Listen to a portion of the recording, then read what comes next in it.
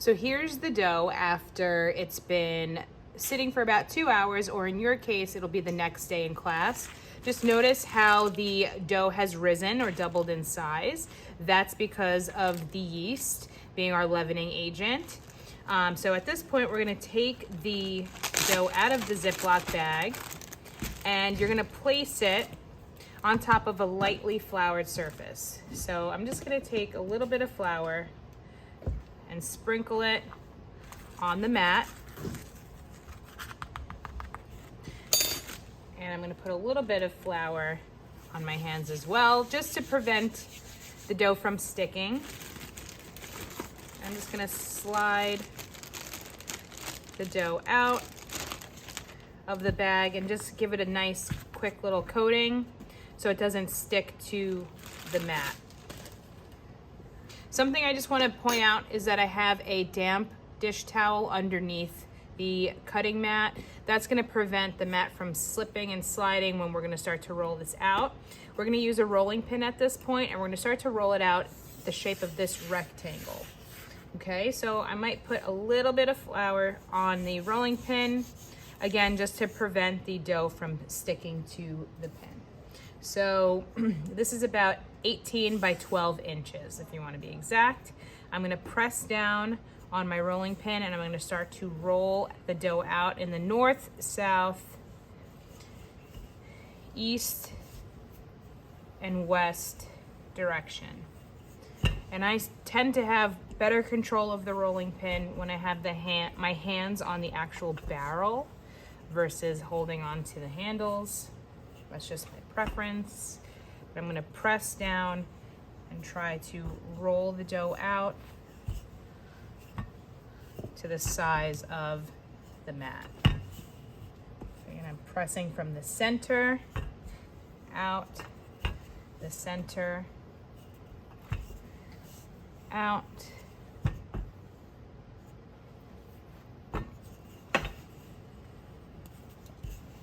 You don't want to add too much flour to the dough, otherwise it's going to dry the dough out and it'll be a lot harder to roll the dough. It'll be less elastic. It'll lose the elasticity. It would dry the dough out. Okay, so this is about the size we are looking for.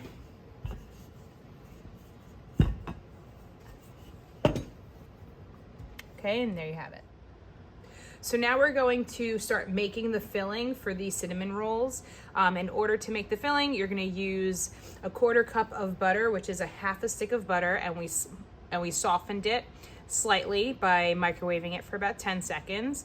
You're also gonna use 1 tablespoon of ground cinnamon and a half a cup of brown sugar.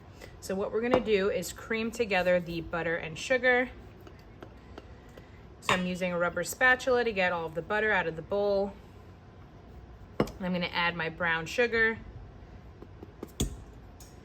to the bowl. And lastly,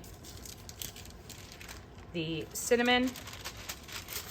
And I'm going to mix this all together. I'm going to cream the brown sugar and cinnamon until it's well combined. I'll show you what that looks like once I'm done. So here is the filling once it's fully combined. At this point, we're going to now transfer the filling onto the dough. So I'm going to use my rubber scraper again to get all of the filling from the bowl onto my dough. So I'm going to put a little bit of filling, just evenly distribute filling, get all of the filling from the bowl onto the dough here. Every drop. Now I'm going to spread the filling as evenly as I can across our dough, going from the center outward. And I'll show you what this looks like once I'm done. Okay, so as you can see, I spread the filling all throughout the dough, and at this point, I'm gonna start to roll up the dough, starting from the short side. So we have the long side here and the short side here. So I'm gonna start to pinch the dough and roll it as tight as I can. And I'm gonna continue to pinch and roll the dough nice and even. Almost like I'm rolling up a big burrito. I'm pinching and I'm rolling this nice and tight.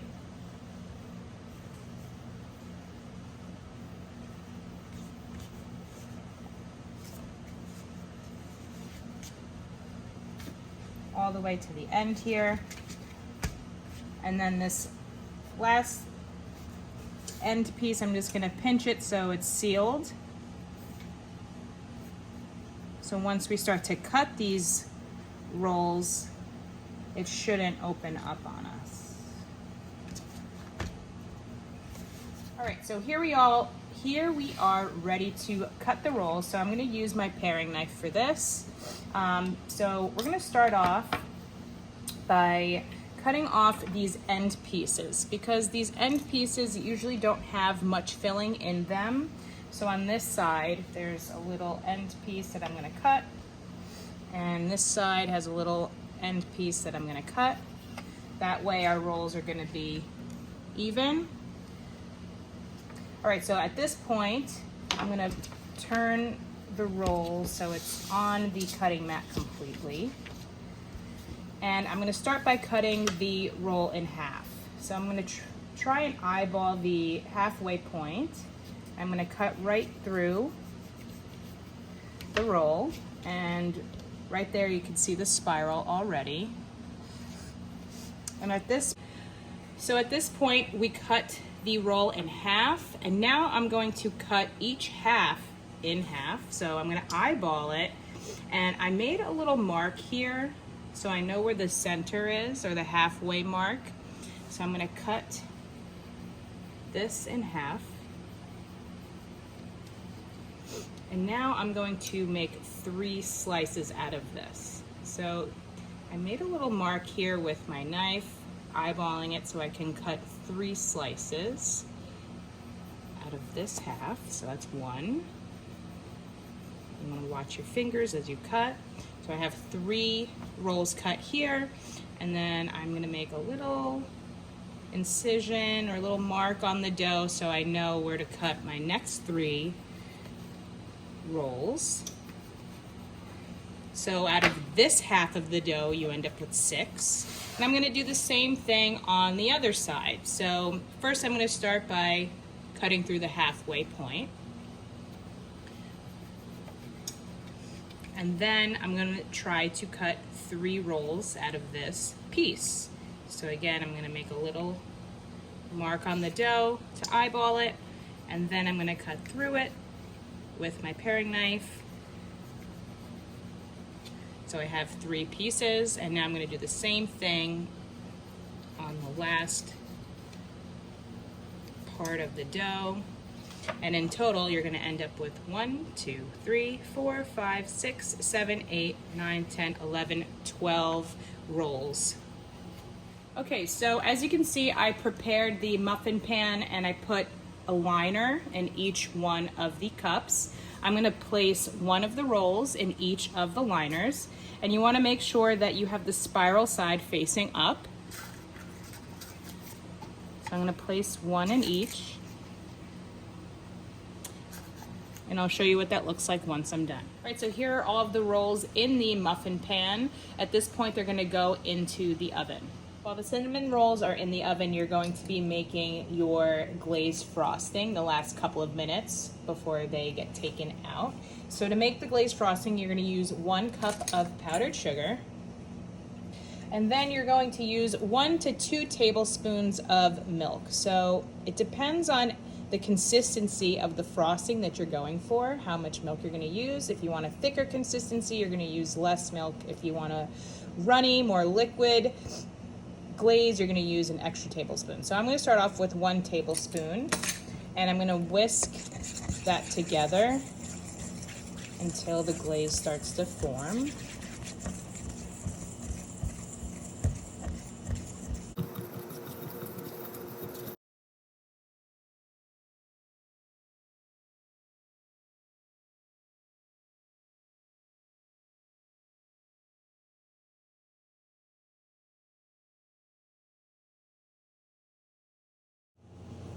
Okay, so here are the cinnamon rolls out of the oven. So they baked at 400 degrees for anywhere between 12 to 15 minutes.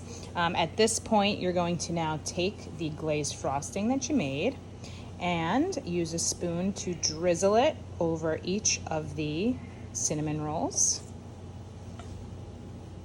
carefully distributing the frosting on each one evenly. And I'll show you what that looks like once I'm done. So here are the cinnamon rolls out of the oven with the frosting drizzled on top.